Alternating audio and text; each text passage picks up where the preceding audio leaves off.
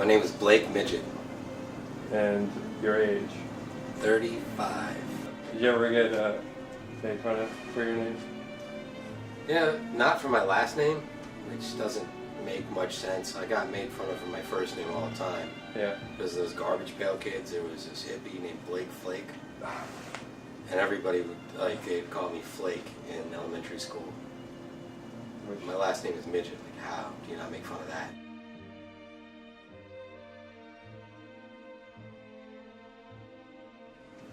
I moved here 2 Augusts ago, and I got a job at the do this like cokehead I knew. So I did that for about a year, and then I got fired from that. And then since then, it's just been like a job for a month here and there. What happened with that? With that? Yeah. Conflict of interest with the owner. Like every other job in this town, like everything's fine. You say or do the wrong thing, you embarrass whoever owns the place, and then they're like, "You're fired." I got it. I've been worked at the Grackle for a while. Got a dog. I've always wanted a dog, and my girlfriend had one that I couldn't stand. Oh, is this on camera? No, my girlfriend had a dog, and that was like the first time I've ever actually taken care of one. I didn't realize it wasn't that hard until then. So then I decided I wanted to get a puppy. Somebody posted they found a litter of puppies on the side of 35 on Facebook. Yeah, he was the last of the litter. He was one of the box dogs? Yeah, he was a box dog. The dude was actually taking him to an animal shelter. He was on the way there when I called him. And I asked him to bring him by. And he was like this big. He was tiny. But nobody wanted him because he had ringworm. And I found out later when I took him to Austin Animal Trustees that they had just put him down because ringworm is extremely contagious. But I just got the medicine for him, and I had to dip him in this sulfur lime stuff that smelled like Florida. Way too old. Just turned 35. You all believe me, that's awesome. It sucks, man. Tom Brady is the same age as I am. Line us up together naked. St. Tom was here, he looks like he's chiseled out of marble. I look like an uncooked Cinnabon. You have to be in with the main club in the town, like to actually make money, and a lot of my friends are. But I, for whatever reason, I got to this town and just did bar shows. And I've never really been like an open mic guy. I've never liked doing open mics. I just liked doing showcases. And in Richmond, I put on my own showcases, so it was kind of like, you do this show, so you could be on my show. And I did some college stuff and some stuff in Charlottesville that did pay. So I was in Richmond. It was $200 a month to live there for me. So I was just working and doing comedy for money. But here there's so much more talent, and there's a lot of stage time. But to get into the big club, which is Cap City, you have to do their open mic every week. You have to do things that I have not done that I should start doing, but I'm lazy. I started doing comedy, and it was all of a sudden this new thing in my life that I'd never done before. And it's very similar to like when you start a band up. It's like all of a sudden there's all this creative energy coming out of you and another group of people. Yeah. And it's like, this is new, and it's something you can work at and see results pretty quickly. Because you're at the bottom, you go up very quickly. But then I got as big as I could in Richmond. Hi, this is Blake with RVA TV. We're here for a delicious parade going to the Gallery 5 Gallery. And your name is? My name's Kate. Kate, what are you wearing tonight? Bud Babe. And no BS, my hat is off to you. You guys are amazing. I need a hug on everybody. Dog pile my ass. Get in here! This is Blake for RVA TV! Kids, you Stay can do in it! school and don't do drugs! Don't do drugs! You can do it! Keep practicing! Hey! Somebody's boner touched me. And I decided I'd move here. This is a town where things were happening. And I got here and just blown away by how talented everybody was. And I hit the scene, like I just started doing open mics a lot and made a lot of friends and impressed a few people, and then some shit happened. I was drinking and partying too much, then I got really sick last year, and ever since then it's been kind of like doubting my material, trying to rewrite what I do and build up an amount of work that I can actually go on stage and do a certain amount of time, which is material that I like, but is also club friendly in the way that it's not talking about, fisting or like just incest, just stupid shit. Because when you're a comic, when you start off, everything is as dirty or shocking as possible, unless you're very witty, which I'm not. That's why I think I'd be better at dating if I was gay. If I can learn to take it up the cake and suck dick and be happy, I'd be a congressman. But also, I'd get out of the house a lot more. It's getting to be the tamest thing I can find to crank one out to is that sweet Two Girls, One Cup short film. Actually, the first time I ever did comedy was at an open mic night at Bogart's, which was basically full of people playing Neil Young covers and just a bunch of people doing hippie type jam music. And I was really hesitant. I didn't have any material prepared, nothing written down. I just had a bunch of shit in my head that was weird. That was the first time. It went over really well, and that's how I got into it. It really fulfills like a creative need for me. I come from a music background. I've been playing in bands since I was 17 or 18. Music was a weird thing for me. Was I had always wanted to be in a band my entire time through middle school and high school, and I'd never been in one. Were you playing any instruments or anything? Didn't play any instruments. Don't know how to sing. Nothing. I have no talent musically. I just ended up going to a school with like an alternative school with Mike and Chris Taylor. Okay. It was an alternative school. Yeah, I got kicked out of my normal high school. But I had to go to an alternative school, and I had known Mike and Chris previously because they would always come into Roy Rogers where I worked, and I'd give them free sodas and shit because they were hilarious. And we went to school together, ended up hanging out some, and they wrote a song about me in their old band, and then they invited me to come sing it with them. And it's like, next thing I know, I'm just in that band. Okay. So that's how it started. And what was their old band? It was called Nitpick. Nitpick, right. And then Nitpick broke up. I'm sure it was me and Mike. Me and Mike had a fight at Friendly's, the ice cream shop, because I said something about him not really listening to FYP, and he was like, "Fuck you, I listen to FYP." And he threw something in my face, and then I pushed him, and it was stupid. We didn't talk for like a year.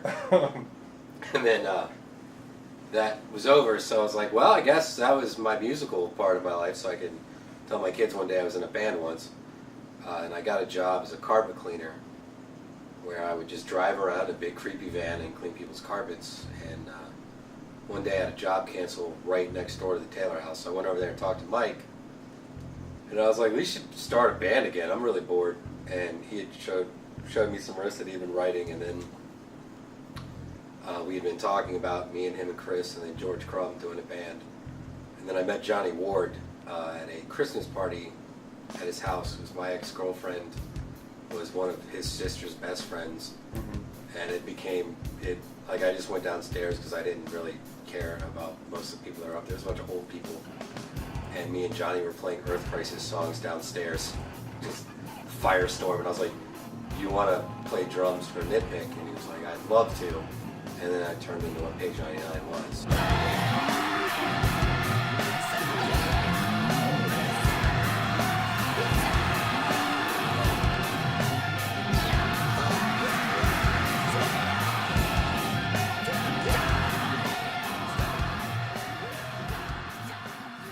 Yeah, it was me, Mike, Chris, Johnny, TL, and George was the original lineup. Then we added Casto, lost TL, or added Casto, added Corey, lost TL, added Brandon from City of Caterpillar, played second bass. And then at one point, Corey was never really that good on the road. Like, he would fucking flip out, and it was always like drama with girls and shit with him. I don't know if it was like his personality wasn't suited for it. But I don't know if he was good at being away from home for that long at a time. And it would just be a lot of tension with us, and Corey eventually left the band. And we got Kevin Longendike to replace him, which... Good bass player. I never really liked the guy. He's always a fucking smartass. I mean, we were in Europe and shit had gone bad like almost immediately. We had a driver who was kind of an asshole. Our second driver, not the first one. It's just really PC, like vegan. I'm super punk rock dude named Martin, German asshole. And we lost him because Johnny was like drinking, was out of control, and he slept with a prostitute. And Martin found out about it and was like quit the tour, took his van. So at that point we had no driver, we had to rent a van. We got a very small one to fit all 8 of us plus our equipment in. And we had to drive ourselves around Europe. Not speaking German or French or any language. Yeah. And we'd have like directions where we're just like, go to the center of town, ask for directions to the club. So there's like a bunch, like 8 Americans in this shitty Mercedes van with German plates, so everybody in Europe hated us. Yeah, and then I got really sick on tour with strep. I had to be rushed to the emergency room at one point because my throat swelled shut and I collapsed. In Sweden, I had a customs checkpoint. And the whole time that was happening, people were just calling me, like Jonathan mostly was like, you're a pussy, the fucking blah blah blah. And I was still singing where I could barely talk. I threw up blood on the ferry ride over, and then once we got to customs, I just passed out.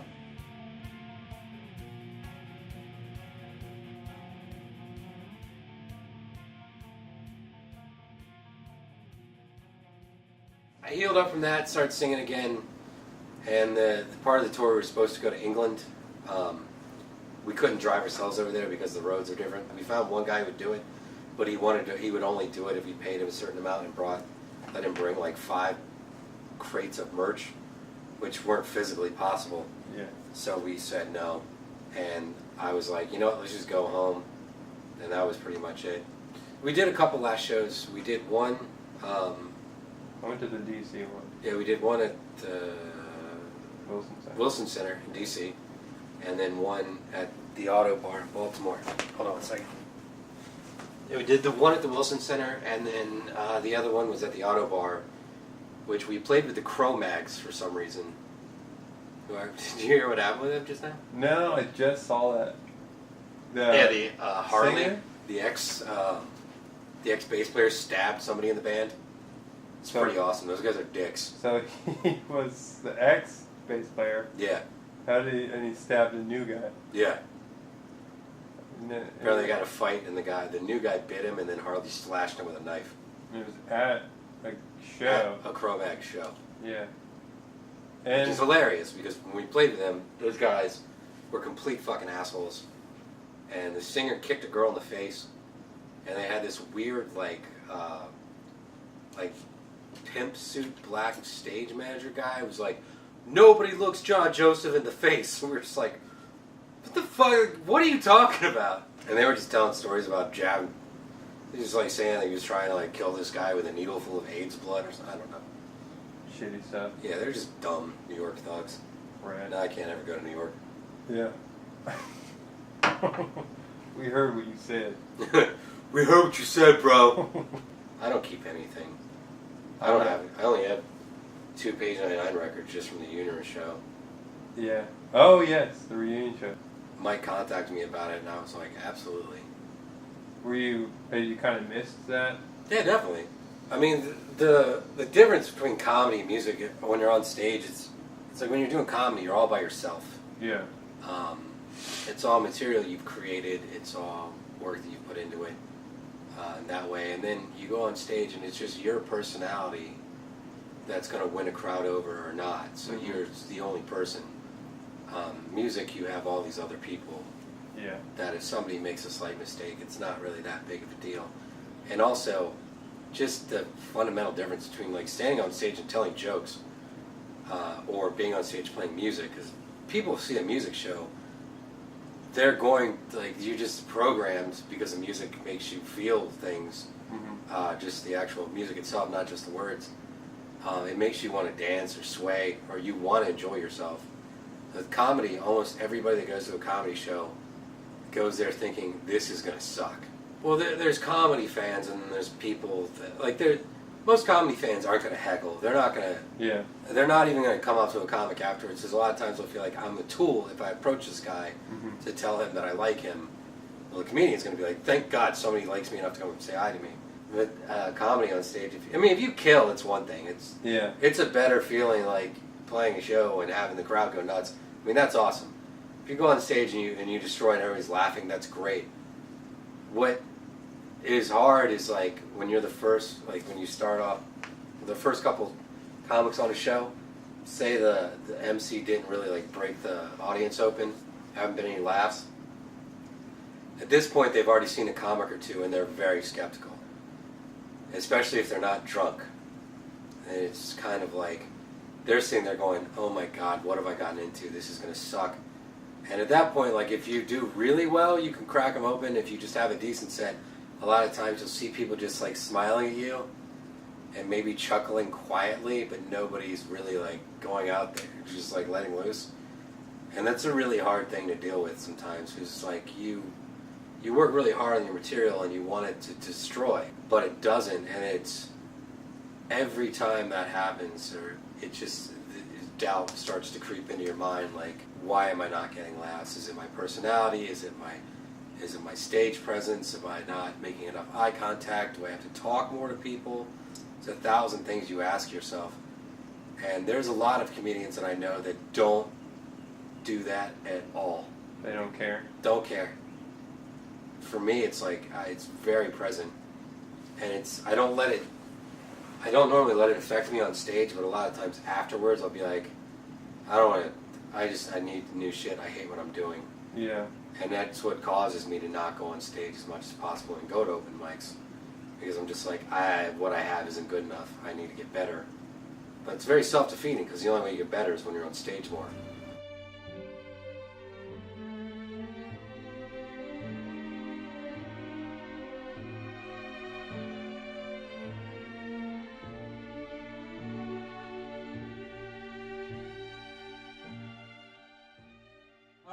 Well, have you been to the spelling bee before? Okay, well here's the way it works. Charlie's gonna call you up on stage. You come up here in the center where it's your time to be a star. I'm going to tell you a word you have to spell, and you have to say the word, then you spell your word, and then you say your word again to lock it in. And if you're right, you get to go on to the next round, which means you just drink more, we get drunker. And if you get it wrong, then everybody laughs at you, and you go home and cry.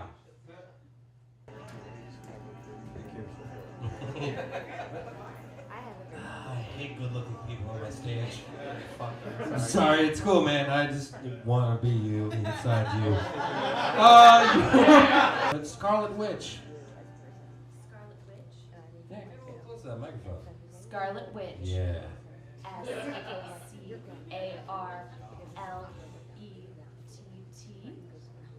No. Alright guys, this is one of my favorite baristas of all time. Aww. She works at Thunderbird where I go every morning. Jessica, your word is Tigra. Tigra. I don't know. That's It's not that tough. Just do it. Tigra. T-I-G-R-A.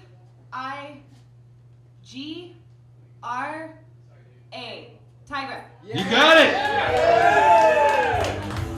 You can't do this. Okay. God damn it. Your word, quasar. Is that really? It's not that hard. It's a real thing. Quasar. Q-U-A-S-A-R? Quasar? Boom. You're not a wrestler, are you? I can tell. Ponytail. I took some wrestling training for a while. Yeah, well, I got ripped off by the dude, but I went to school. Magneto. M-A-G-N-I-T-O. Magneto. Seriously? Oh, I'm sorry. Captain America. It's 2 words, but your Marvel Comics hero. Right. Steve Rogers, I will also take that. Captain America's DC. Are you out of your fucking mind? Captain American's DC.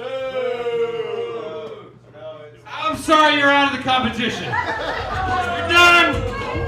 Nope. Sabertooth. S-A-B-O-R-T-E-E-T-H. Sabertooth. What?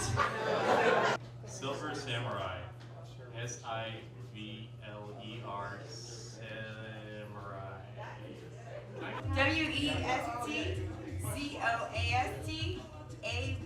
WEST-COAST-ABENGERS.